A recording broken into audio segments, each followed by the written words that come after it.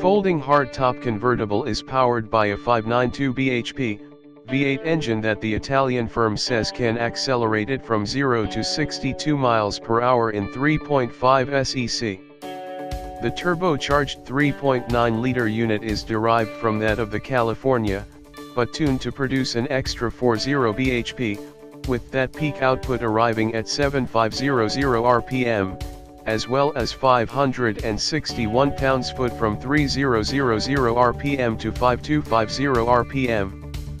The Portofino's top speed is claimed to be more than 199 miles per hour, which is at least 3 miles per hour better than its predecessor. Ferrari says the Portofino, named after an Italian village, is built around an all-new chassis that is significantly lighter than the California T's, but with greater torsional rigidity due to new production techniques. It has not specified how much lighter the Portofino is than the California T, however. The Portofino's weight distribution is 46/54 front to rear. The Portofino will feature Ferrari's eDiff 3 electronic rear differential and is the first GT car in Ferrari's range to come with electric power steering, which the company claims has enabled it to reduce the steering ratio rate by 7% without any hindrance to stability.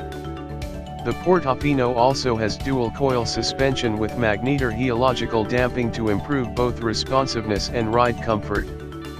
The front of the car has an aggressive styling treatment with a large grille. Its headlights are shaped like those of the 488 GTB but with larger black surrounds. Air intakes on the outside edges of the headlights vent into the front wheel arch. Overall dimensions have slightly increased on the California, with the Portofino measuring 16 mm longer and 28 mm wider, although it is 4 mm shorter. The interior of the car features a revamped infotainment system displayed on a 10.2-inch touchscreen. A redesigned wind deflector reduces airflow inside the cabin by 30% when the roof is lowered. The hardtop can be folded while on the move, although Ferrari is yet to confirm at up to what speed.